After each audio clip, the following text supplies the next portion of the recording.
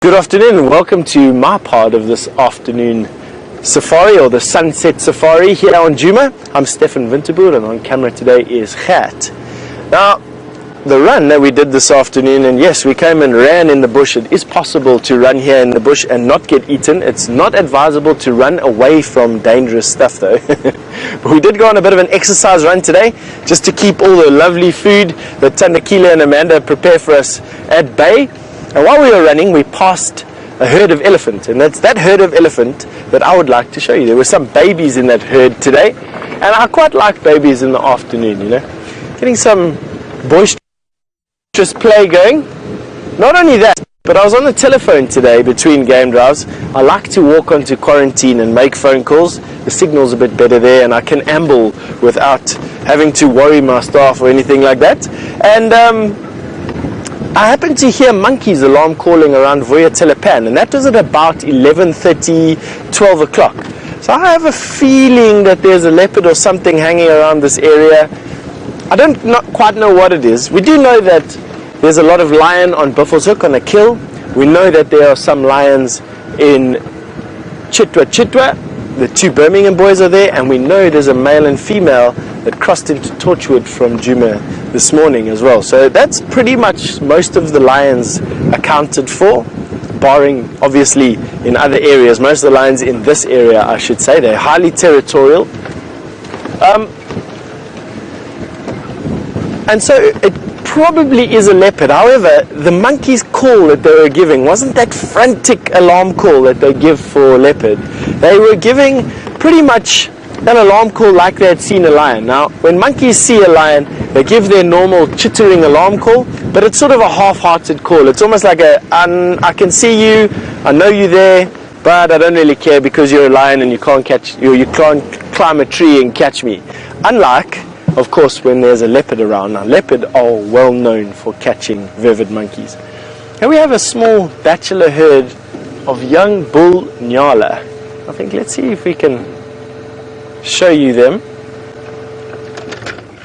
We very infrequently see this particular age nyala at Djuma, and I'm not too sure why. We see huge males, and we see immature rams, or bulls at least anyway, and we see lots and lots of females. But they tend to, I don't know, go somewhere or hide out very good when they're around about this age. He is about 3 years old, and he needs another 4 to 5 years or so to be in his prime and big enough to at least compete effectively for females or for mating rights. But you can see that beautiful fur coat that he has. Easily one of the most striking antelope that we have out here. Now, you know, when I first started guiding in 1998, I only saw one nyala in the next 5 years. One nyala. I saw two nyala in actual fact, excuse me. I saw two nyala in my first year of guiding. I saw them very close to the Sabi River, and then for the next 5 years I never saw another nyala. And here pretty much nyala are popping out of the woodwork left, right and center. And you know, I haven't read a single piece of literature on why there's been such a build-up of nyala numbers over the last 20 years or so in the Sabi Sands. I'm not too sure why. Contrary to how I believe things are supposed to go, which is exactly why they happen that way, instead of decreasing, we're finding that general game numbers in the Sabi Sands are increasing. Not exactly the same as was historically found in the Sabi Sands. There weren't as many impala in the Sabi Sands. In the Kruger National Park in general, there weren't as many impala. And nowadays there's lots of impala, not so many sable, not so many roan antelope, but definitely lots and lots of general game. Who knows? Lots of good grass here, lots of water. Right, now while we carry on down this road having a look for these elephant, we're going to send you over to Jamie. You'd like to say hello, I think, again.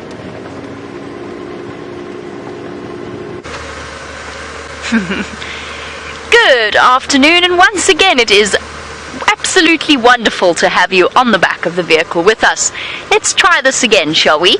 My name is Jamie, and this afternoon I have Jandre on camera with me, and together, along with Stefan, we will be looking to bring you a wonderful live safari experience to fill the next 2 hours and 45 minutes of your time. Now, we are here on Arathusa at the moment to follow up on a report that Shadow was here with a kill, that she then lost to the hyenas and then dashed off somewhere else. And I'm hoping that we're going to be able to figure out where that somewhere else is. Shadow, for new viewers, is an older female leopard. She is the daughter of the so-called Queen of Djuma, the leopard known as Karula, who spends most of her time around the Djuma area, whereas her daughter Shadow is around Arathusa, so just to the west of where Steph is right now. We're going to be scouring the area, and as I said, it is a live safari, so what we say is the plan is usually not how things actually pan out, and usually have things going in a completely different direction. But you never know what wonderful things you might find. For example, when I first did my introduction this afternoon, I speculated as to whether or not it would be the first and only time I did the introduction. It wasn't. So, you know, things never quite go as expected. Let us go and check out the only patch of water in this area, which is Red Dam, and see whether or not Shadow, perhaps distressed by the loss of her kill to the hyenas, didn't decide to come and console herself with a drink at the water's edge. Now, I say it is one of the only water points. It is also, in this particular area, we're in our dry season, so we're not really meant to have much water around anyway, but we are definitely meant to have more water than we do now. Oh, there's a log in the middle of the road. Now there's half a log in the middle of the road. It is unbelievably dry. We've had hardly any rain during our wet season last year and the beginning of this year. At the moment, the animals are starting to struggle for water availability, which for things like elephants and buffalo and zebra makes life very difficult. For our predator species, on the other hand, this is a time of plenty for all of them. And our lions were incredibly successful this morning. They roared and roared throughout Djuma and built up our hopes that we would be treated to a lion sighting this morning, only to have our hopes dashed when they killed a buffalo just to the east of where we could go and see them.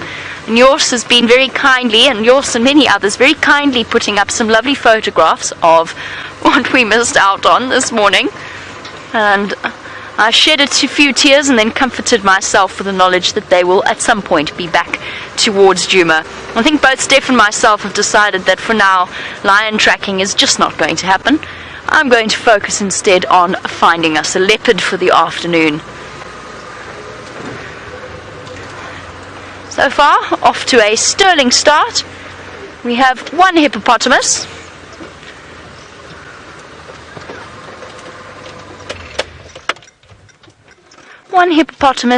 and his passenger, a terrapin hitching a ride on the sunny back of a hippo in Red Dam. He's found his usual patch in the corner. That seems to be where he likes to go. And on this unusually hot day in the middle of winter, a 24-degree day, so 75 degrees Fahrenheit, not quite so hot as it was yesterday afternoon, our terrapin has decided to spend some time sheltering from the cold of the water, sitting on the back of the hippopotamus. It's a wonder their necks don't get sore. It's obviously their natural position, but it looks so uncomfortable. Now, from one thick-skinned animal to another, and I'm referring to the animal that Steph has found, of course, not Steph himself, let us go from the hippopotamus to the animal that Steph said he really wanted to find you.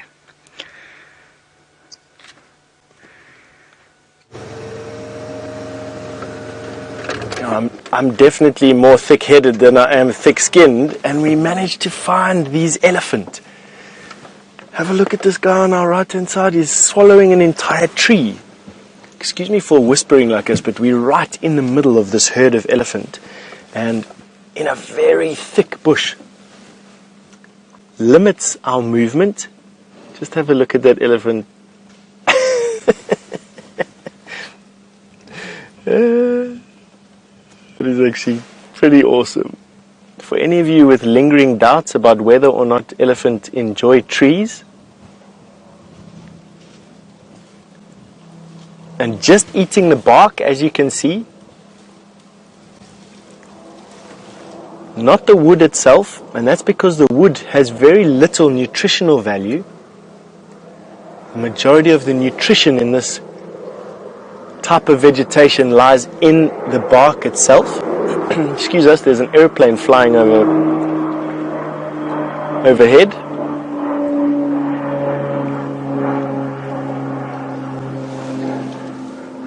Well, I mean, if they're not fussed about an aeroplane flying over the head, I think I can increase the volume of my voice a little bit. Alright, so we're in this, it's basically, we call it a breeding herd of elephant. And it's when, a breeding herd is a herd of elephant that has youngsters with them. This herd of elephant has youngsters with it. I'm trying to see an elephant that I can show you. This one is a youngster, not quite what we'd call newborn, but definitely between 5 and 10 years old. And it would be made up of mostly females with their babies, adult females with their babies, a bunch of adolescent males perhaps, and number anywhere usually from about 6 to about 12 individuals. I don't quite know how many elephants are here. Earlier, I did manage to see probably around about 15 or so elephant together. That was what I bumped into while I was busy with my phone call. But they may have split. They may have just come together at the same time to go down to the water to drink, and have now gone on their separate ways again. But I must be honest, wherever I'm looking, there are elephant.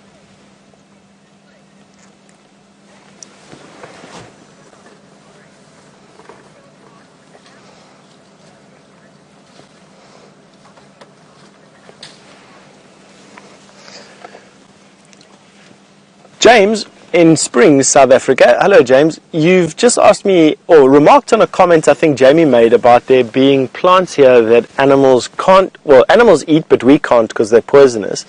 And you wanted to know, are there any plants here that animals don't eat at all? James, yes, there actually are. Most of the euphorbia plants here, it looks like a cactus, the animals don't eat at all. And to be honest, there's only a few animals that can eat things like tamboti trees and that sort of thing. And very few animals, literally nyala, kudu and black rhino are really the only animals that can browse a tamboti tree in the summer. In the winter you do find tambotis being browsed by elephant. That's because most of the bad compounds are sucked into their roots. We've got an elephant sneaking up behind us. I don't quite know. No, he's not. He's decided against it. We've got a youngster, I think, that's wanting to play a game with the car. But he seems to be okay. Let's go forward a little bit. Let's see if we can sneak up to this female who's pushing her baby through the bushes here. We can see if we can show the little one to you. They're awfully cute when they're this age. Get ourselves into a position that will allow us to see a little bit down the road. Here's this youngster here. Have a look at that. Hello, boy. Head up. It was because he was in front of his mom, not behind his mom. Young bull. And this is an old female. You can just see by her hide, her skin, that she's old. She just looks weather beaten. She's not as old as you get elephant. Old elephant are very similar to humans in the fact that their bodies start to lose a little bit of condition, and skin starts to hang a little bit, and, you know, they're just looking a little bit older, I suppose, without being an insult. She's probably in her 40s or 50s. And on average, she probably would have had a calf every 2 to 5 years since she was about 15 to 18 years old. Isn't that amazing? Elephant numbers in the park over the last 120 years or so have increased dramatically. They went from 3 elephant in 1903 to roughly just below 20,000 elephant in 2016. So they do incredibly well. These have come together to share some or other tree here. See this one on this side, he's having a bit of a difficult time breaking the stick, so now what he's decided to do is just stuff it into his mouth and bite it off rather than try and break it. Oh.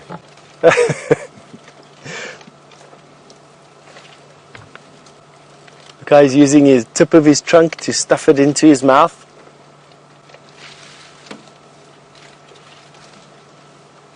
Wherever I'm looking, there's just elephant. We're literally surrounded by them. Now, as you can see, they're showing no real... They're showing no real, or we having no real effect on them.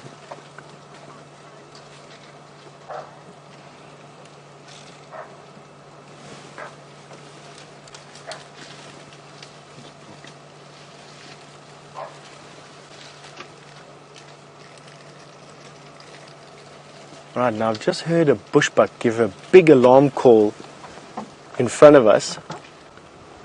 And I think I'm actually going to go and follow up on that bushbuck giving an alarm call. I don't quite know what to do. I know this area very well in front of us.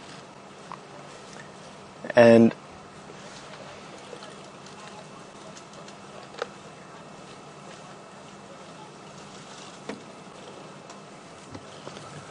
alright, that's a nice update for all you out there. Brent is currently live on Facebook out of Kigali in Rwanda. Please go and have a look if you're interested in Brent's story.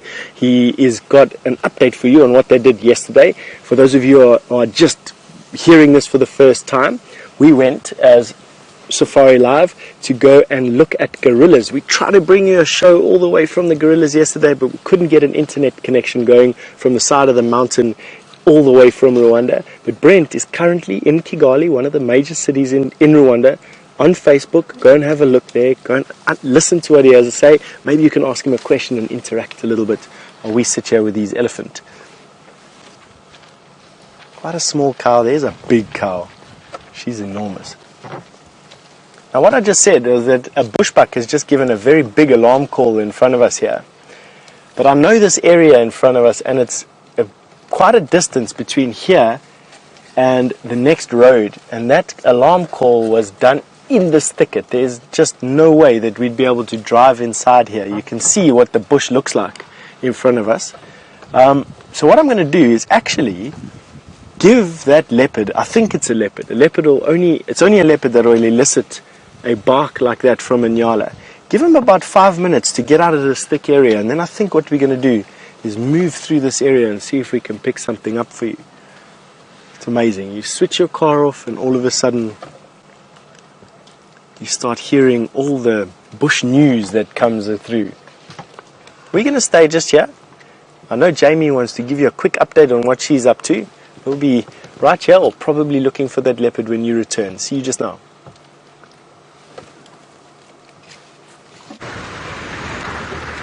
I am so excited to give you an update. The update is that it doesn't appear that Shadow has gone too far away from where that kill was. And the reason I say that is I have not picked up one track moving out of the area. What I'm doing is I'm checking the last road. That essentially what we do when there's a sighting in a block, so in between several roads, is you do a circle of that area, and you look for anywhere that the animal's tracks might have come out and give you a direction as to where they're going. Her tracks haven't come out of 3 out of the 4 roads, and we're on the 4th now. Just double checking really carefully that she's not just lying up in the shade.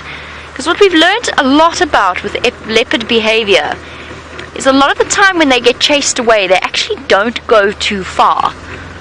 They often just hang around to see what's going to happen next, to see if they've still got an opportunity to perhaps grab a little bit of the scrap. Because leopards are most definitely not above scavenging the leftovers. So she might have decided to wait around for the hyenas to finish off with whatever they might grab, and to see whether or not she might be able to collect any scraps. Or she actually might have been so exhausted from the kill itself that she might have decided to just go and find a spot to lie down in the shade. Now Shadow's got a 4-month-old cub with her. It wouldn't have been with her when she made this kill, or perhaps it would have, but that would also make tracking her easier, because then you've got a better chance of, tracking 2 animals as opposed to 1. There's a chance that she might have left more tracks. Now we're checking very carefully around here. This is a main road, so it is tricky to spot footprints on, and there's a lot of vehicles driving up and down during the middle of the day. But if you check the boundaries of the road, the sort of soft patches of sand where people tend not to drive, you've got a better chance of picking up a footprint crossing over. Now it looks as though, look, we can't make any guarantees or promises, but Steph picked up on male leopard tracks on Gowrie Main this morning that he said looked small. Now Sindile's tracks look small. We don't know where he went from where we last had him around Gowrie Cutline, sharing that Impala kill with Mvula. But we suspect that he is still hanging around the area. I'm going to pop my nose into where the kill was last, and while I do that, let's head back to Steph, who has still got some Ellies for you.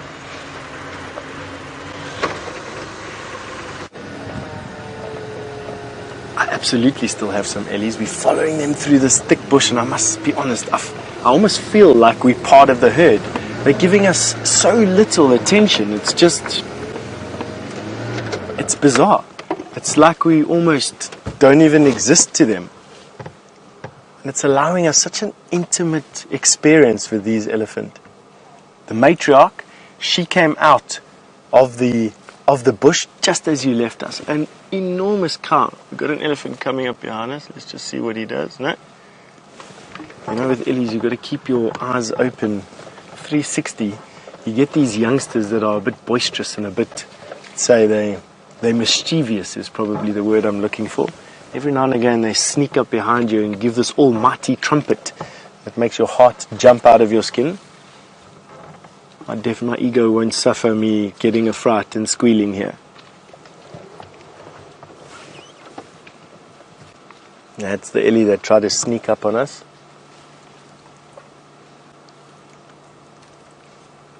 Amazing how effortlessly they actually walk through the bush.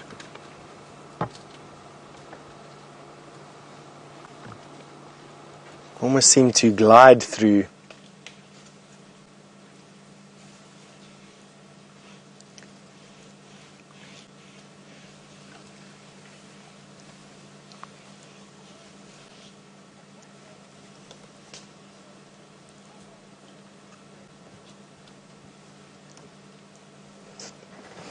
Mary, you've asked a very interesting question. I suppose it comes down to the area that... No, it isn't actually. I'm wrong in that one. You've asked me at what age are elephants mature. Elephants follow very closely a similar sort of development stages to humans. So at about 21 years of age, an elephant is considered to be full grown. An elephant bull will go into must any time between 15 and 31 in an area where there are no older bulls. Usually when there are older bulls, he'll only go into must for the first time after he's 31 years old. Around about 35, he starts to go into must for the first time. Elephant females are mature, sexually mature, anywhere from about 13 years old to about 16 years old. 12 to about 16 years old. It's different for different elephants, similar to how it's different for different people. And they're considered adolescent until they reach about 20, 21 years old. So nice question there, Mary, actually. The trick is, of course, trying to judge how old an elephant is. It's actually very, very difficult to judge how old an elephant is. The only real way to do it is to decide at what set of molars they're on. Elephant gets 6 sets of molars that come in at different stages of their life, with the last set of molars coming in at around about 45 years of age. It's diet depending. But at 45, they've got their last set of teeth, and then the vegetation that they eat dictates how old they will get. Elephant living in areas where they eat a lot of coarse, hard, woody material, they don't live for much past 50. in this area where they mix up half the year with grass and half the year with woody species of plants, they live to about 50 to 60 years old. But it's not uncommon for elephants to live in swampy areas to go between 60 and 75 years old. That's an enormous age for an animal that basically lives outside like these animals do, has no doctors, has no advanced medical care whatsoever. When you put human development back into that, and you look at the average life expectancy of someone back in the day where there was no advanced medical care whatsoever, and you lived for the majority of your life outside, living a very hard life, and you'll see that the life expectancy wasn't much past 20. And yet these animals, without any support, can live into their 70s, 75 years old. I'll switch my car off so that I can sneak, basically. I don't know how I'm going to sneak in a 2,000 kilogram Land Rover, but we're going to try and sneak into this area. We got the matriarch, I think, on our right hand side. Let's see if I can show her to you. She's got this most enormous pair of tusks for a female elephant. Now what we don't want is to have a reaction on these elephants. We don't want them to panic. Here's what I think is the matriarch. She's the largest elephant here, and by matriarch I mean an elephant herd is led by the oldest, or not the oldest, by the fittest, most experienced elephant cow, which is not necessarily the oldest. A matriarch can pass on her title to a daughter once she passes a certain age, but generally it's the oldest cow or the biggest cow in the group. A patriarchal society is a group of animals that is completely led by a male. There are very, very few patriarchal societies in the bush out here. Lions are matriarchal, believe it or not, even though we think the male lion is the king of the beast.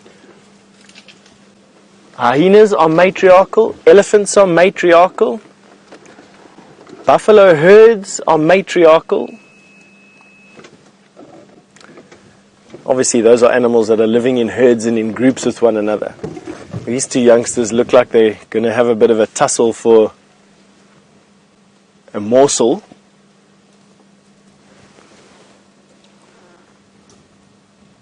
You can see this elephant's ears folded over at the top. Elephants' ears make up about 20% of the covering, the skin covering of an elephant's body. Those ears are just jam-packed with blood vessels, and the elephant pumps all of his blood through his ears, thereby cooling it down and keeping their core body temperature low. They're warm-blooded, so they have to have a constant body temperature. If they get too hot, they can actually die from heat exhaustion. But those ears are perfectly suited to keeping their temperatures down. They flap the ears and the draft cools it down. They can also wet their ears. Have a look at these two having a wrestle.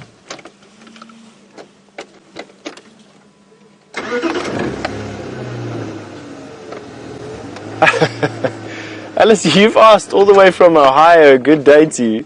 You've asked, is there purpose to an elephant being so wrinkled? Alice, generally in nature, when an animal is wrinkled or has a dewlap, it's to allow for expansion. It's to allow an animal to get full or to get empty. However, I mean, in an elephant's case, is that the case? I don't know. I don't know what I want to say to you here. Suffice it to say that they're just wrinkly animals, I think. I don't really know how to answer that question. They don't swell and contract as they are full or have a lot of water or anything like that. And they definitely don't grow into their skin, because even old elephants are wrinkly. So no, I think it's just because that's what they are. Wrinkly beings.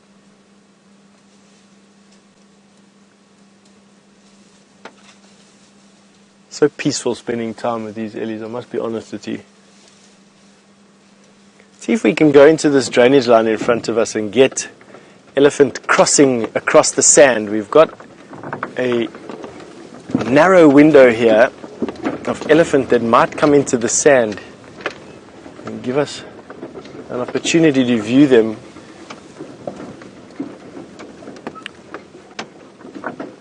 There we go. Let's see these guys here.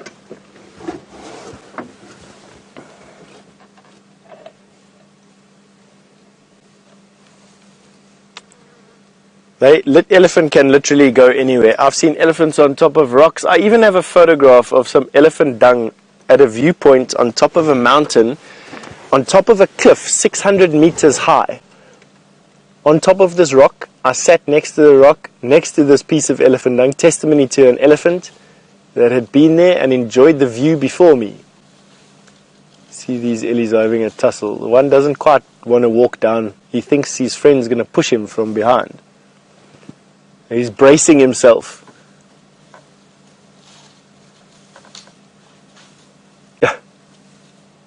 They're quite playful, these young ellies, I must be honest.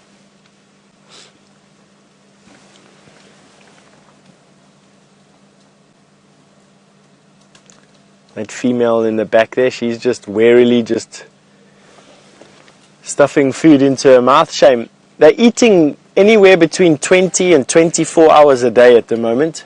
That's so that they can get enough vegetation into their bellies that carries enough nutrients to keep them going for the next day.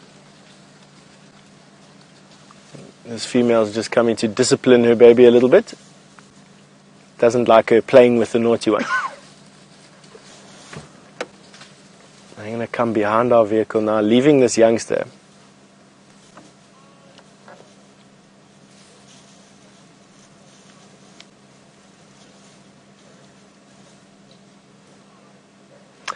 Oh, Beard, you've just asked me if we have any sort of conifer pine-like trees here. Not where we are. There's only one endemic conifer, and it's a type of cypress that occurs only in the Winterboer region on the inland plateau. So South Africa just has one cypress, which is a type like a conifer, not is a conifer, like a type of conifer. And I haven't seen elephant eat it. There are elephant that occur in those mountains, and I haven't seen it. Here, not really. We have a few evergreen trees. Some elephants enjoy them.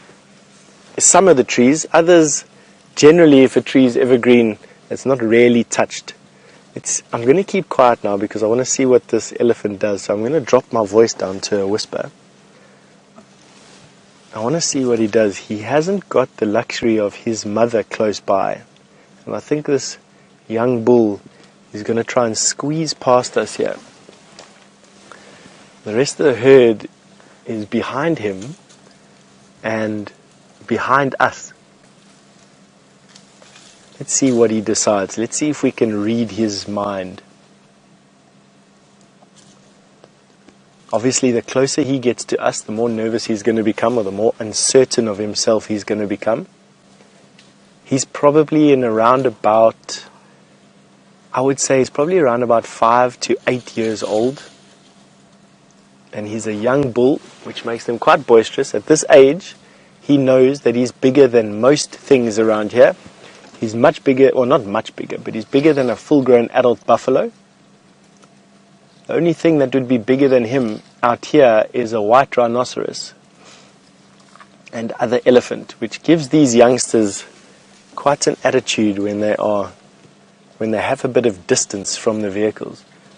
As soon as they get close to the cars, you can see their confidence start to wane.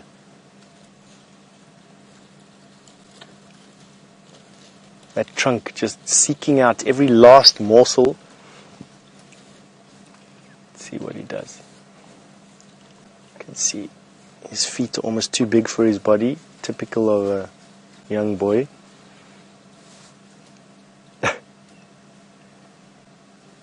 He might try to squash through there. Let's see what he does.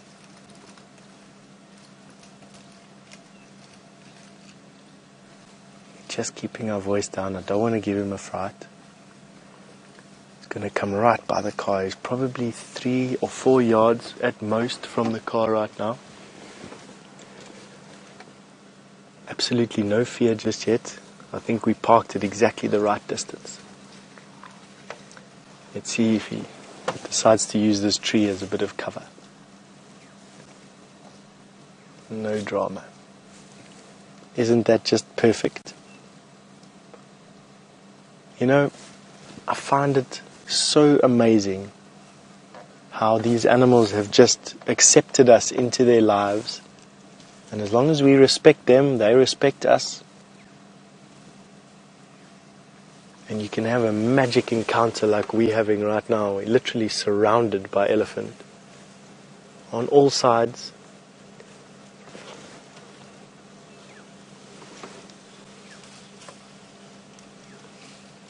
Not taking a single note. They know we're here. They obviously know we're here. We're in a very big Land Rover.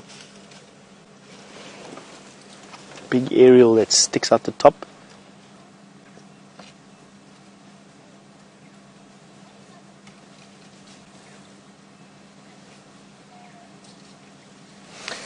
Cindy, all the way from Florida, good morning to you. I think it's probably just after mid-morning to you. You've asked me what type of eyesight do elephants have. They've got eyesight probably about as good as what we do, to be honest with you.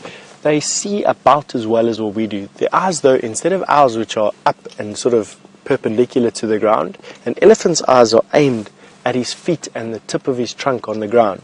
So to see you, an elephant has to lift his trunk up.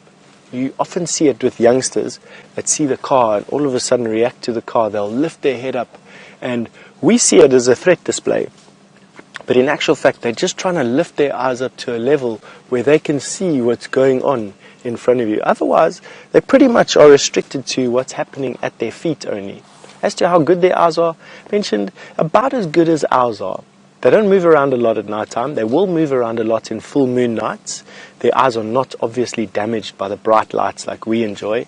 And they, once the sun goes down and once their eyes get accustomed to the darkness, they can move around quite happily in full moon and half moon nights out here if it's clear enough. But on dark moon nights, they tend to stick around in just one place underneath some trees, not moving very far.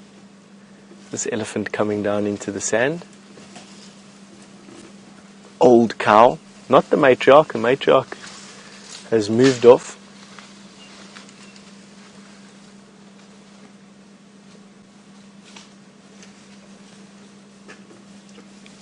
Very little noise for there being 20 or 30 elephant around us, I must be honest. Oh no, not that many. I've counted 15.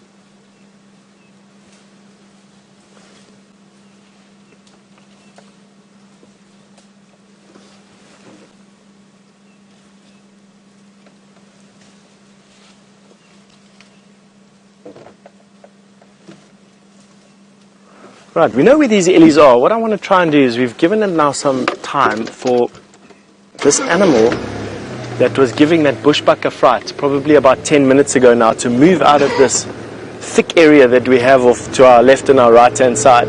What I want to try and do is try and just get in front where we can access this thicket and see if we can't see anything. See if we can pick up what made that bushbuck get such a fright. Now, in my opinion, it can only really be a leopard. At about 11:30 at Vuatila Pan, I was hearing the monkeys calling, and now the bushbuck was calling. It makes me think there's a leopard that's busy moving down this drainage line. Alright. While I go and stick my face into these bushes over here, Jamie is not praying, but she has found something that has a religious bent to it. See you later.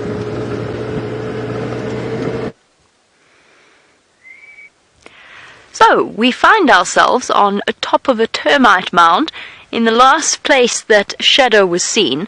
Now, the first thing I did before I climbed said termite mound was actually just double check that she wasn't hiding on the other side, which is the last thing one wants to see when one sort of summits over the top of a termite mound only to find yourself faced with an angry leopard on the other side. I can't see any sign of her, and I actually figured that this really steep termite mound might be the best way of trying to get a view of her. On the way, I picked up this praying mantis that has been designed specifically to look like a blade of grass. It's absolutely incredible how well designed this animal's camouflage is, and if it hadn't moved, I would never have known that it was there. And actually, when I grabbed it, well, I didn't grab it, I let it walk onto my hand, but then when I tried to keep it in my hand, it used incredibly sharp front legs that's got sort of protrusions on the end, almost spurs on the end of its legs, that it then dug into my skin quite spectacularly. Oh, sorry, buddy. Trying to show you them from an interesting angle. Wonder if the guests are going to spot me. Nope, the guests didn't spot me. I don't think anybody spotted me. Vehicle just drove straight past. Bye. I can see them relatively clearly. Now, I'm going to pop our friend back here onto the grass where he belongs, and he will completely disappear once I... No, you silly thing. He wants to stay on my hand. There you go. There you go. He's even got the built-in sway to look like he's blowing in the grass. I'm going to try and figure out, now I've got up, I'm not entirely sure how to get down. There's a slight problem. I would love to go down this way, but on the one hand, I might fall down, in the negative. In the positive, I might fall down, but this way is much easier. So bear with me 1 second, because I think I'm going to go down this way. I think at far less risk of grievous injury. If I wasn't the only remaining guide apart from Steph here on the property, I might be more cavalier with my safety. Oh my goodness. Uh-oh. I'll be with you in a moment. Ugh. Beautifully controlled. It would have been great fun if I'd gone careering off the termite mound into shadow, but don't worry, I did check that she wasn't around. I don't know where she is. She's obviously moved off. I haven't seen her tracks coming out. Jandre, very, very well spotted on his part, managed to pick up on her track, or a track, I think it's actually her cub's track, moving north, but it could also have been where they came in when she made this kill, whatever this kill was. Never found that out either.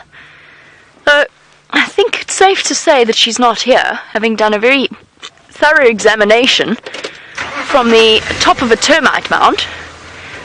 She's definitely not around. Okay, let's try get out of here now.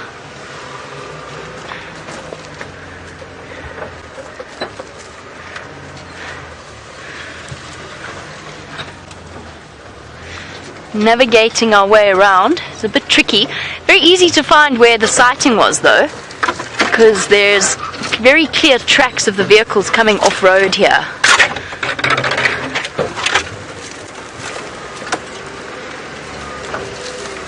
There's her tracks.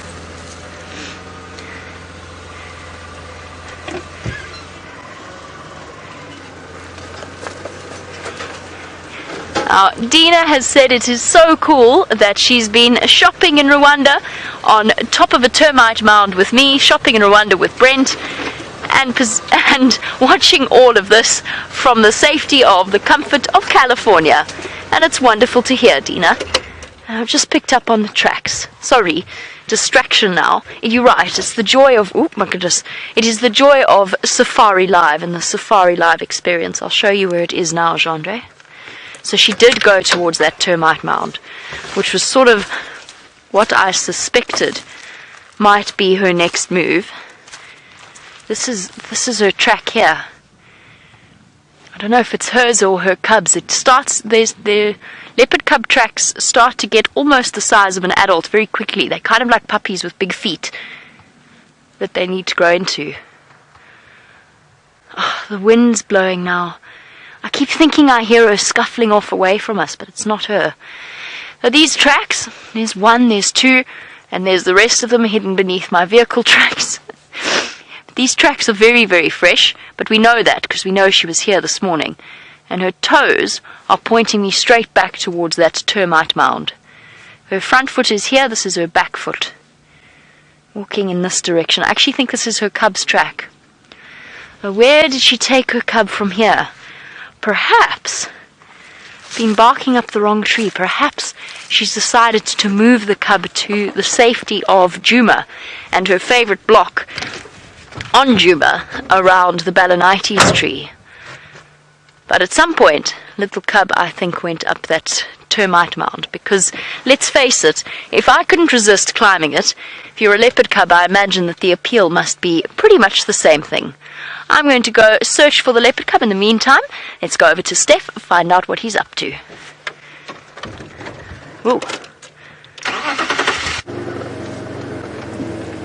Alright, you've caught us here looking for whatever gave that bushbuck a fright. And I mean, we are right in the thick of things over here. There's no tracks of anything in the riverbed as I have it. That doesn't mean much. Very little likes to walk in the sand because it's so difficult to actually get around. But they definitely love the banks of these riverbeds and drainage lines. And they absolutely love to lie in the shade in the trees that these riverbeds provide. A bit of a trick to driving in sand like this. You just got to keep your momentum going and not drive too quick. There you go. Now that herd of elephant that we were just with, they now around our sides, around our flanks. I've seen leopard frequent these drainage lines all the years that I've been working in the Sabi Sands.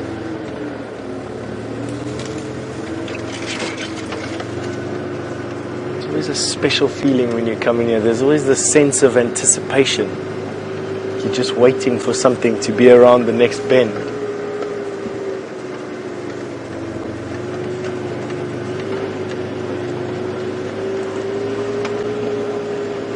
Now the trick is to drive and listen and drive and listen.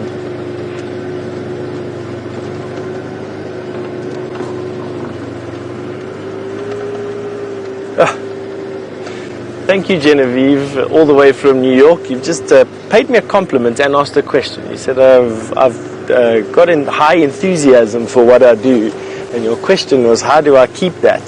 Genevieve, quite simply, I find this piece of bush fascinating. I love what I do. I love being able to impart knowledge, and through this medium, it's just the most fantastic way.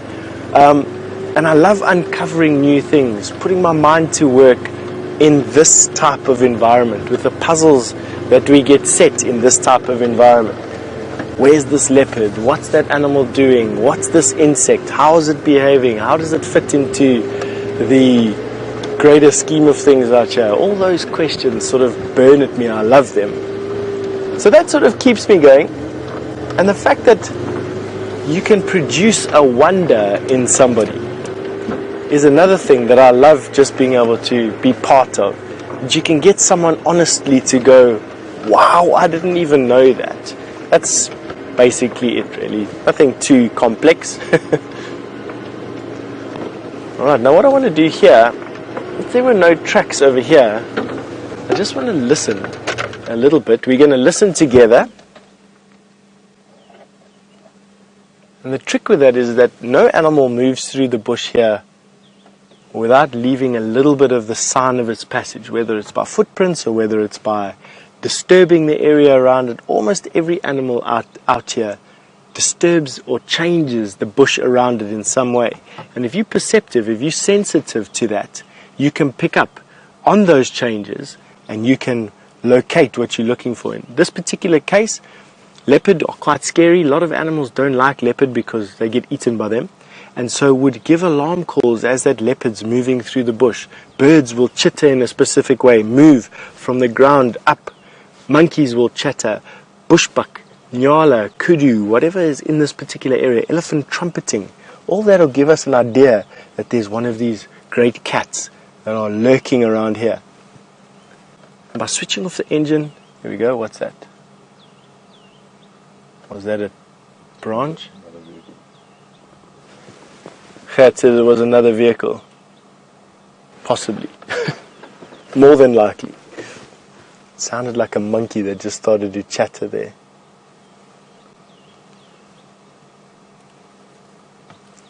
Alright, I think let's carry on a little bit more.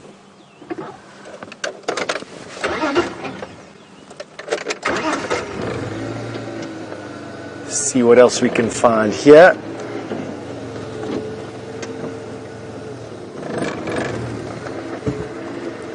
So just by being sensitive to these changes and by understanding what they mean, and I learn more every day. Different bird calls that mean different things, the different alarm calls that squirrels give,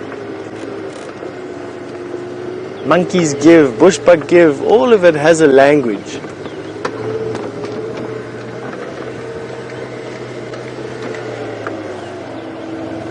I might be carrying some bushes with me.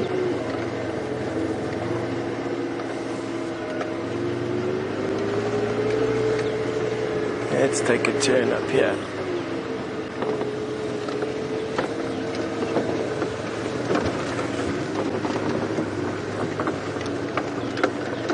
And see if anything has walked on the sand here.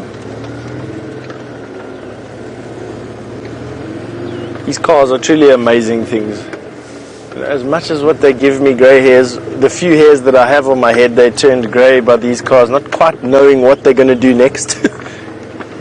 They are superb vehicles off-road, off tar road in an environment like this. Alright, let's see what's going on over here.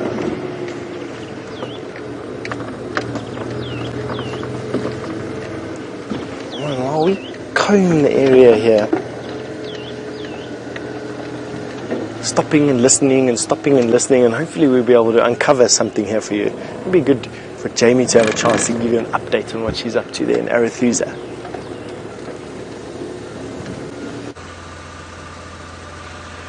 We have an elephant that has decided that he wants to hide behind the tree. Unfortunately, he's in some very difficult light, but he is going to keep walking along the side of us. Hello, boy. Young bull, all on his own. Just at that age, probably a couple of years since he left the safety of his herd, but still not at that age where he feels comfortable and confident to be all by himself. A little bit nervous, wants to move away from us. Hello, boy.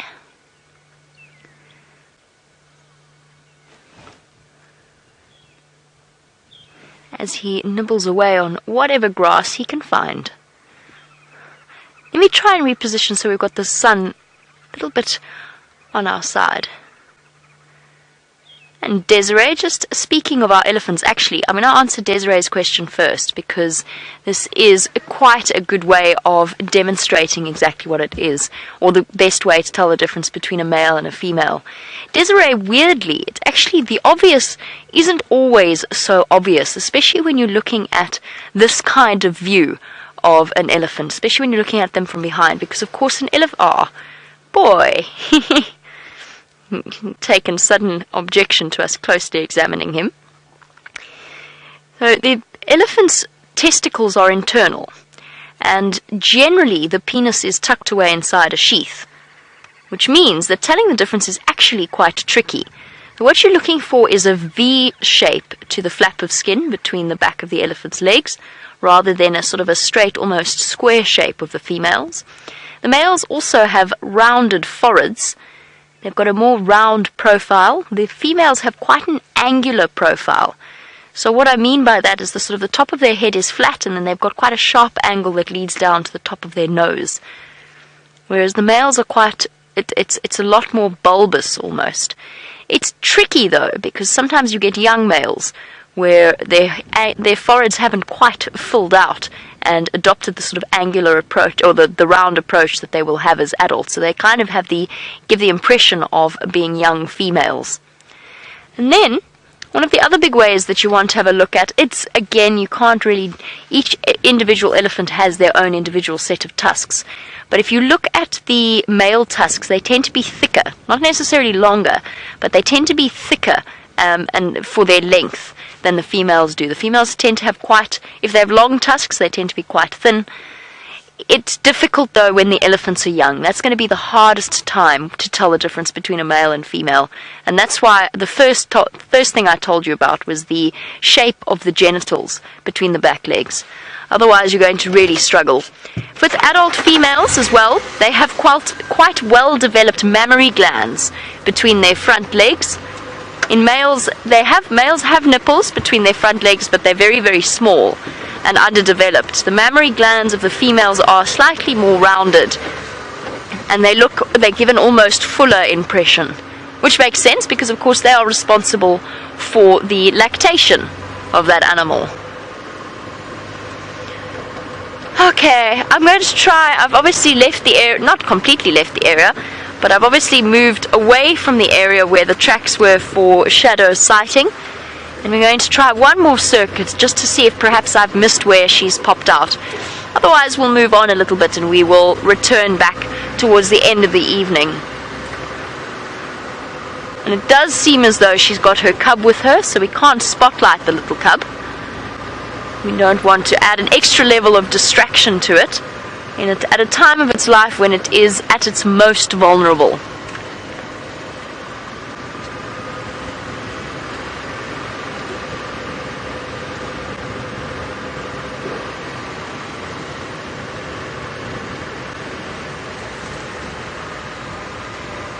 She could be hiding absolutely anywhere in the shade at this point, in this block itself. And the one thing Shadow sometimes does is she slinks away from you as you drive along. If she doesn't want to be seen, then she just isn't.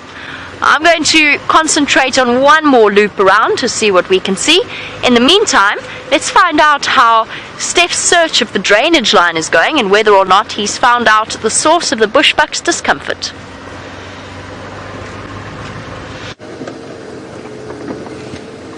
I haven't yet, and I place major effort on the word yet.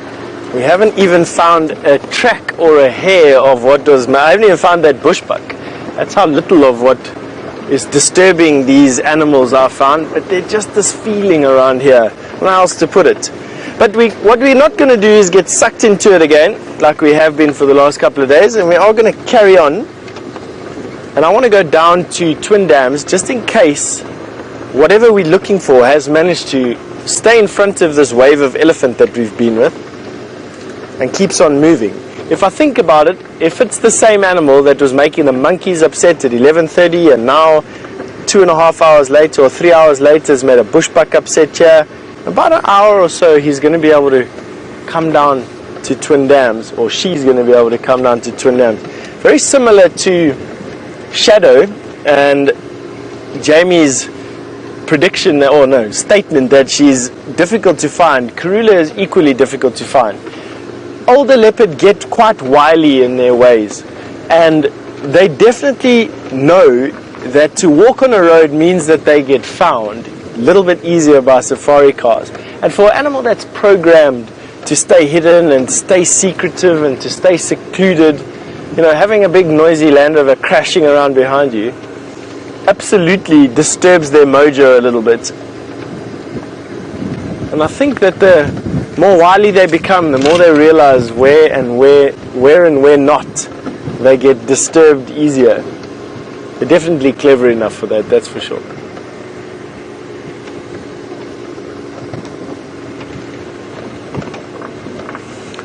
Erin Richard, you've asked me which is my favorite leopard and why. I think if I had to choose a favorite leopard, it would probably have been Kunuma.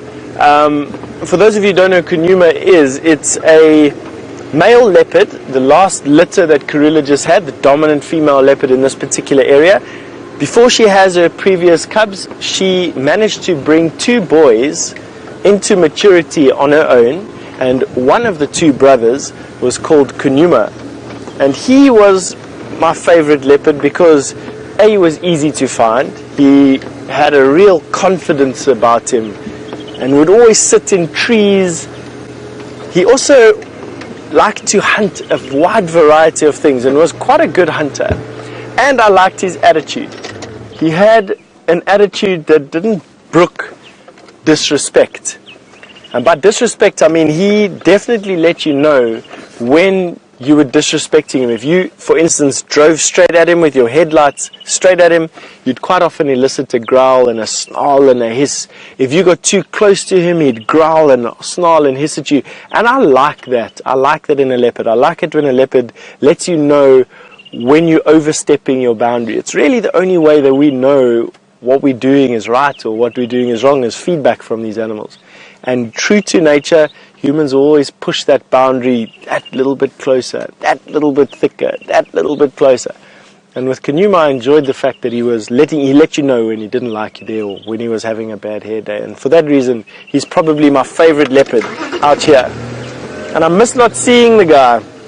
That said, I've seen many leopards come and go over the years, and I can't wait to see what the two new characters develop, or how the two new characters develop with Karula's new babies, a new litter, which is a male and a female. They will be vastly different in their characters.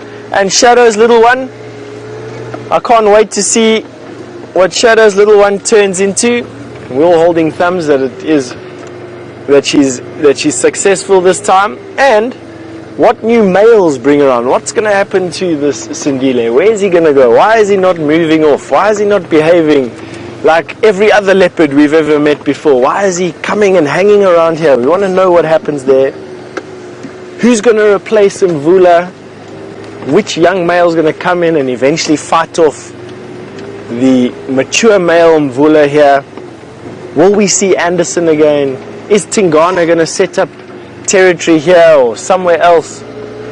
You know, all these questions just keep me interested in the what next. We've just got a Land Rover coming towards us. There we go. Hello. Now, we don't normally show them, so I'm just going to quickly greet them. I'll be out of shot for a little bit. Hello everybody. How are you? Good. We are live, so we won't be able to talk for too long, but that bushbuck was calling literally 200 meters or so in this direction. I don't know what it is, and at 11:30 I heard monkeys at Voyatella. So I think there's something moving down this drainage line. Sorry. Alright. See you in a bit. Okay.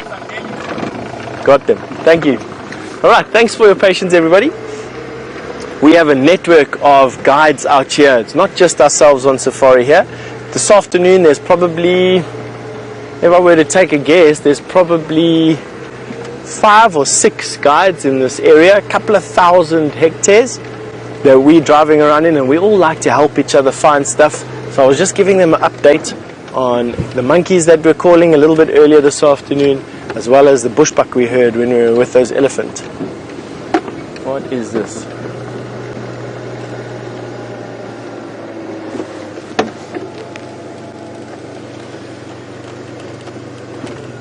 That is a monitor lizard. Took me a while there. It looked like a drag mark. So you can see this S-bend in front of us. That is the tail drag mark of a monitor lizard. Looks very much like a snake, but it isn't, because there's tracks on the side. You can almost see them just next to every bend. And that was a monitor lizard, one of the largest lizards that we have out here, growing to about 7 feet at maximum length. And this monitor lizard was moving from one place to another, and just so happened to come onto the road for a bit. Confounded me a little bit in my track and sign identification there. Why I got excited there for a second is because drag marks quite often look quite similar. And a drag mark is when a leopard or a hyena or a lion kills something and moves away from the scene of the crime and moves to another area, and they drag, and as they walk they're dragging, and the prey, whatever appendage is lying on the floor, can sometimes make that funny mark.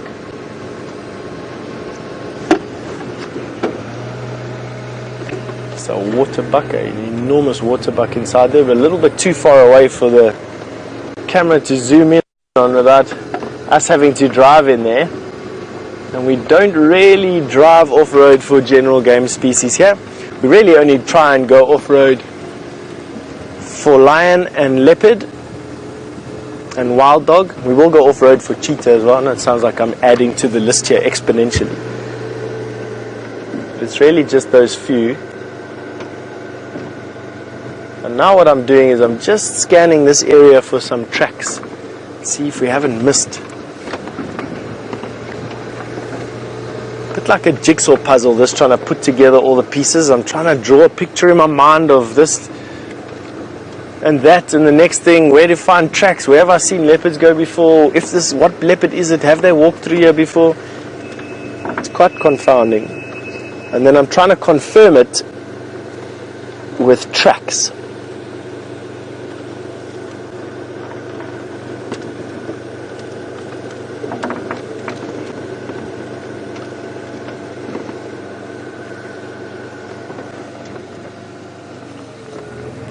Right, there's nothing that's crossed over here at all. I just had to make doubly sure in the sand. There's been a lot of traffic here in the sand.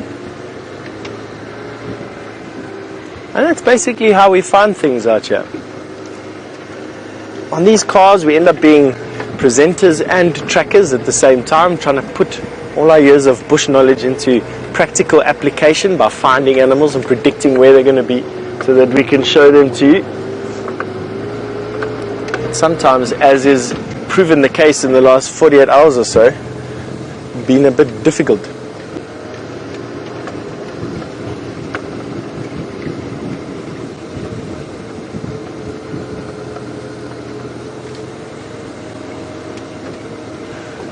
So we've just had a request from one of our viewers called Wild Wishes, has asked me to detail what the difference is between leopard and lion tracks and then leopard and hyena tracks. Wild Wishes, the easiest for me to do that is going to be to show you a picture. So what I'm going to do, if you bear with me for 2 seconds, is just get my book out. It allows us as well, and thankfully so, to switch the car off so that we can listen to the bush around us.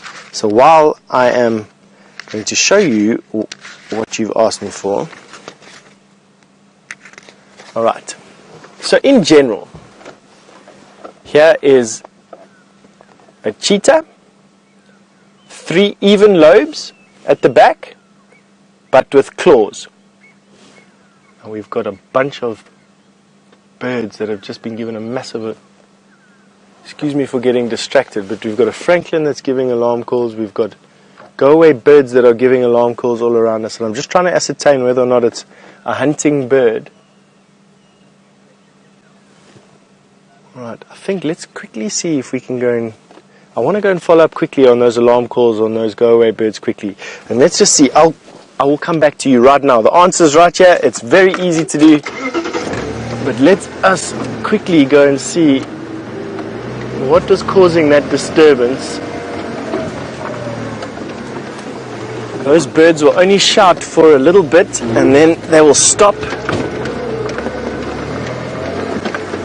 And that gives us a window of opportunity that we absolutely need to try and address here. Let's go this way. Picking up the speed a little bit just because it was on the other side of this drainage line. Not far away at all. Right, go through here.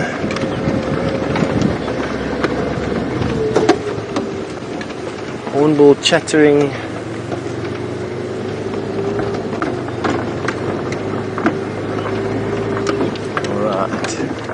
This was the area now, so now what we're going to try and do is find, here we've got some birds, not the birds that were giving the alarm call though. Now birds will react to leopard. Leopard hunt birds when they're young, and when they're cubs they absolutely take birds, and birds react instinctually to leopard moving through an area. That panic that we heard there, francolin giving an alarm call, boom, and go away birds all of a sudden shouting go away, they absolutely would do that to a leopard. So let's just go to this junction here and then we will switch off again and see if we can see anything.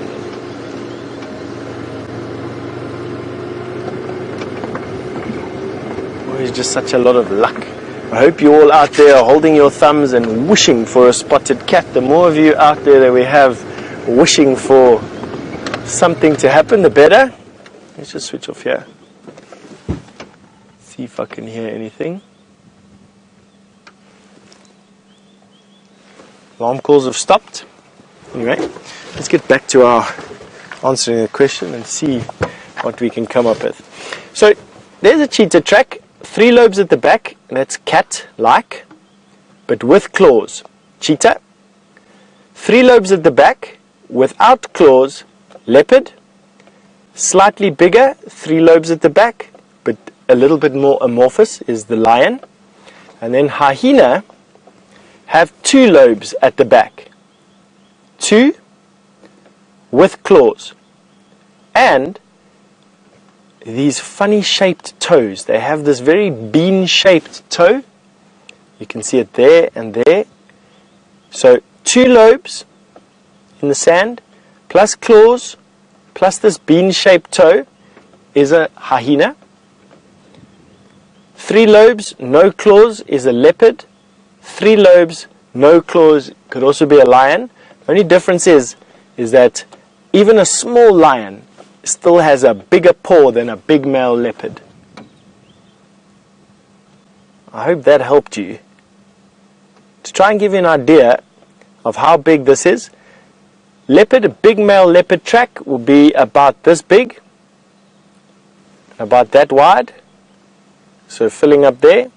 A big male lion track will be bigger than my hand, and that's the size difference between a male lion or lion and a leopard. Big male leopard and big male lion. So much bigger. I hope that helped you there with that question. Right, we still have absolutely no idea what it is that's disturbing everything here. We just know that it's some disturbance is happening here. There's that big water buck has come out that we can have a look at. Let's have a look at him so long. He's actually a magnificent creature. It's not often that we see large male water buck out here. He's busy looking at us through the bushes there. He was a bit far away just now when we passed. Have a look at that. Impressive, hey?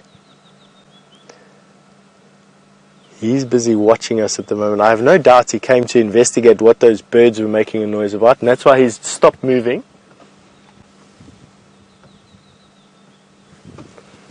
There he's now moving on. An enormous bull. He'd probably weigh in the region of about 500 pounds, 250 kilograms. Great big shaggy coat. Huge horns used for both defense and offense. Defense in terms of lion and leopard. Offense in terms of fighting other male water buck for dominance over females. Have a look at those horn tips. Imagine something weighing 500 pounds running at you with those sharp horn tips. It might actually come out in front of us here. Let's see if we can move a bit forward. He's well worth a screenshot, so for those of you at home and who like this type of thing, get ready to get yourself a screen grab of this particular water buck. He is definitely a big one for this area. A majestic male.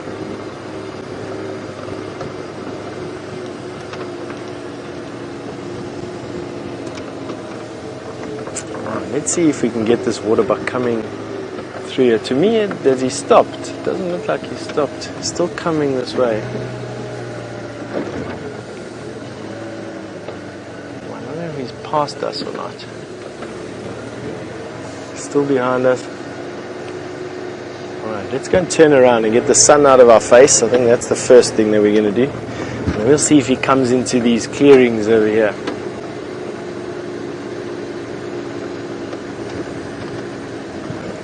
We'll just turn around here in front.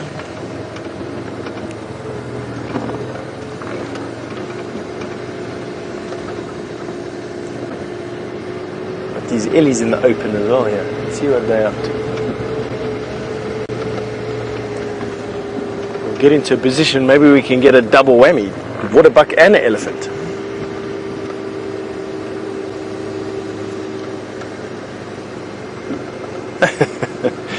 Jeremiah Green has just asked me, what is the weirdest animal that I've ever seen on safari? Jeremiah, I presume you are thinking about something quite exotic and big, amorphous that we get to see. And then I'd have to say that the weirdest animal that I find currently is probably a giraffe. I'm battling to get it into my mind about how bizarre a giraffe actually is, the actual animal of a giraffe. In terms of the weirdest animal I've ever seen in my life, that has to be insects.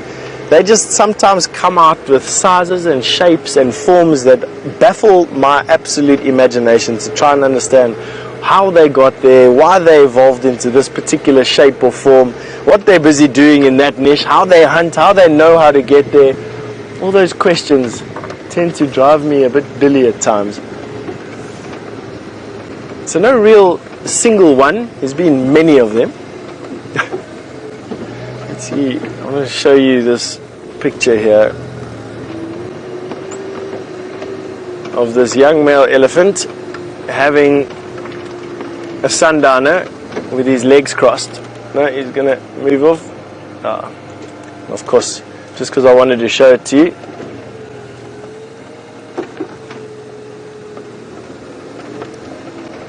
Now these elephants have moved into the open, which allows me to show you this massive matriarch, or what I believe to be the matriarch anyway. She's in front here. I'm wondering if that water bucket is going to walk past us. I hope so.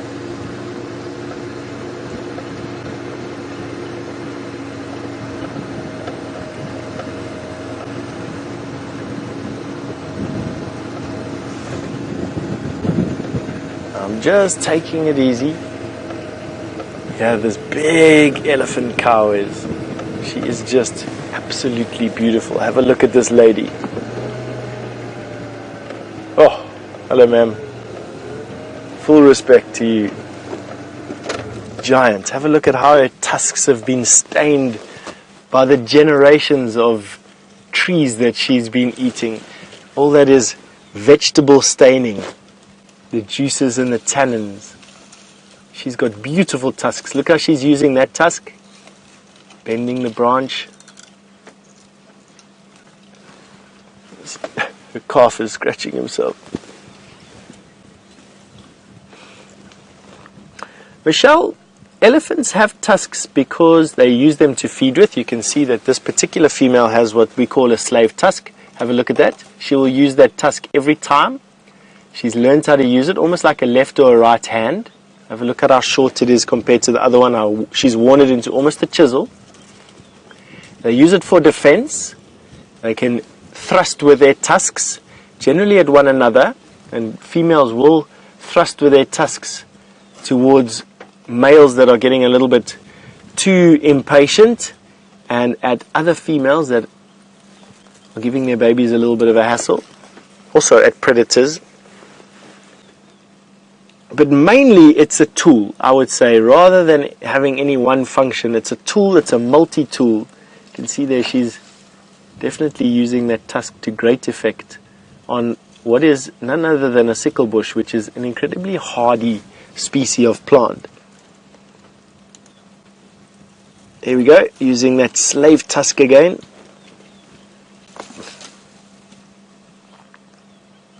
I think she's the matriarch. She's definitely the biggest cow here. She is just absolutely wonderful. That's her calf in tow. A couple of years old. Already eating vegetation. She looks like she's still got milk. So I would say that he's probably close to 2 years old, this calf. Not quite there just yet. Not far off though.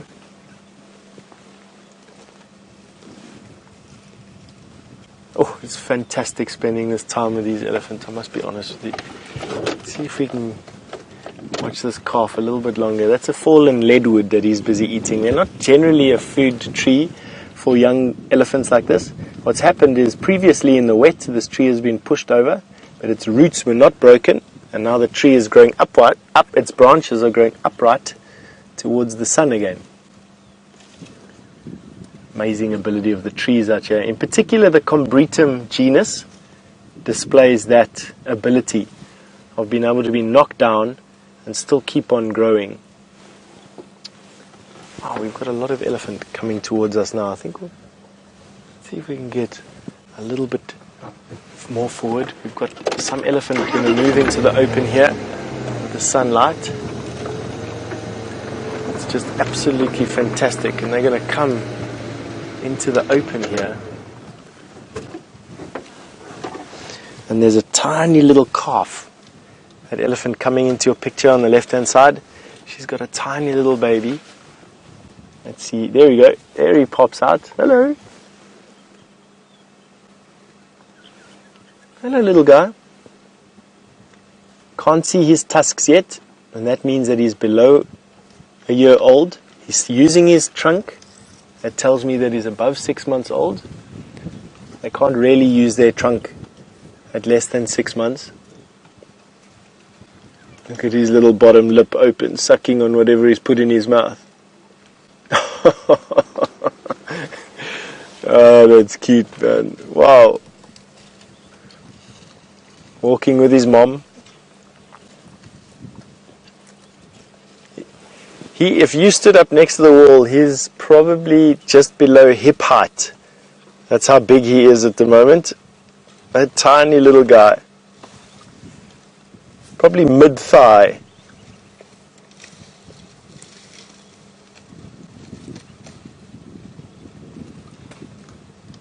Oh, that's cute.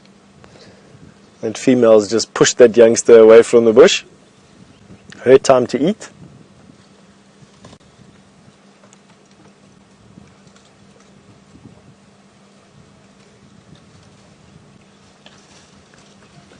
It's the same herd that we had a little bit earlier on today. The same herd that I saw from my phone call at around about 11 o'clock. They haven't moved very far, probably about 2 miles, if I were to guess. I tracked them just before we went live today, and they definitely went to Voyatella to go and have a drink. It's actually quite amazing. There's a few really nicely tusked elephants. Here comes this matriarch across the road in front of us. You can see her shoulder blades are quite skinny. Look at her. She is the custodian of the knowledge. In this particular herd, she knows where to go when it's dry. She knows where to go when it's wet. She knows what to do in danger. She knows where the crossings are, where the first trees are to get the nicest fruit. She is, and she knows everything. And she's imparting that knowledge to all the elephant that are younger than what she is. And they have got very, very good memories for that type of thing. There's an old saying about elephant never forgetting. And that is very true.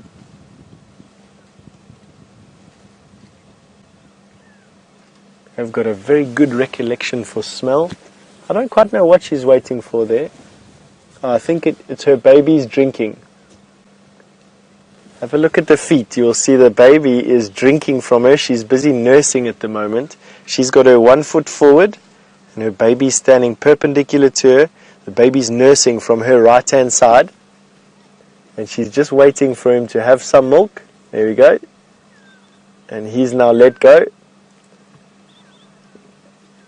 Just a quick mouthful, nothing more than that.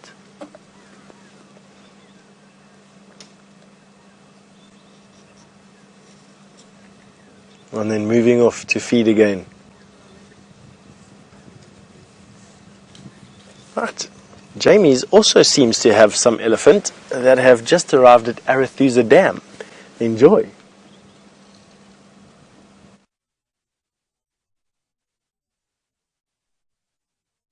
Elephants that have just arrived at Arathusa Dam. A mixture of all, great and small, and quite a few small. Little ones hiding behind the safety of mom. But these poor elephants that have come sprinting towards Arathusa Dam are about to find themselves severely disappointed because there is very, very little water left. But I think that these elephants actually have a trick up their sleeve as they parade past the Arathusa Lodge. I don't think they were aiming for this dam at all the entire time. I think they've got something else planned, because watching them now, they're all making a beeline straight over the dam wall. Just have a look here. Oh, hello, girl. Giving us her nose up look. It's all right, I've been sitting here the whole time. You just came running towards me. I can't have taken you that much by surprise. Oh, shame. Poor disappointed little one. Thought it was going to get a drink. Now, they actually can't even risk taking that young one to the water's edge. First of all, there's hardly... Oh, shame. Reaching up for connection with Mom. First of all, there's hardly any water in the Arathusa Dam, and second of all, it would actually risk getting stuck. Now, this brave soul, or thirsty soul, has desperately decided that it's worth the risk to try and lean forward into the mud and drink from there. Oh, this is so tragic to watch. It really is. Shame, boy, that didn't work out so well, did it? I think he's realized that there's no way that that is going to work. Another wading into the mud to try and get in there. These are the young bulls that are desperately trying. He's going to dig his way through, pushing underneath the mud. Oh, shame. It's so deep. He'll be okay. The elephants of this size won't get stuck. All right, Mommy. I'm just sitting here. Relax. It's okay. I'm just sitting. Oh, shame. Stressed animals. It's okay, girl. I could actually almost see the confusion. Oh, Chandra, look at this little one. Oh, desperately trying to push its way into the mud. Wait, everybody, wait. Oh, all it's come away with instead of a comforting drink has just been a face full of thick, smelly mud. Oh, shaking the last of his mud off his feet. It would be comic, except for the fact that it really isn't. If it were a different scenario, it would be very funny watching them shake the mud off their feet. But right now, it's just incredibly sad. It's okay, Elise. That being said, these elephants will have... Hello? What have you got to say for yourself, apart from that you've brought your dinner with you to your drinking water hole? Eating on the run, are we? Better go catch up with the ladies. Oh, don't be full of nonsense. Yes, take your sickle bush. Take your sickle bush.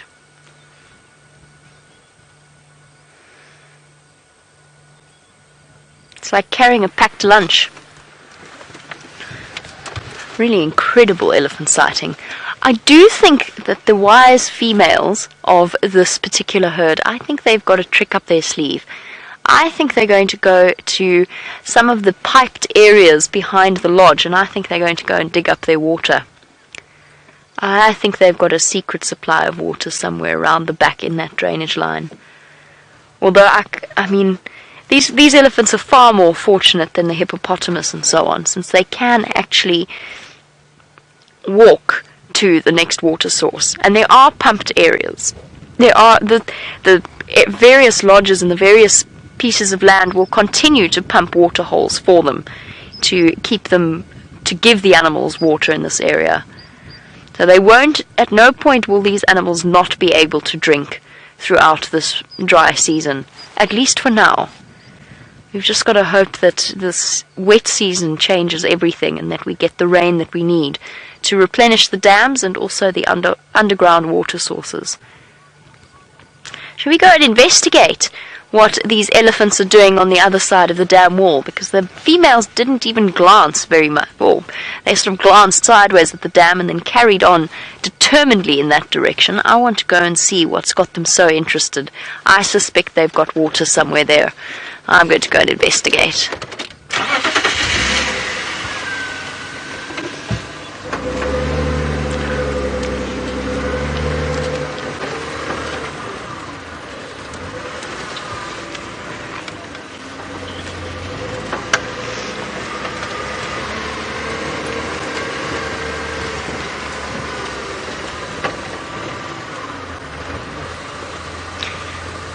Now, speaking of the drought and our various elephants,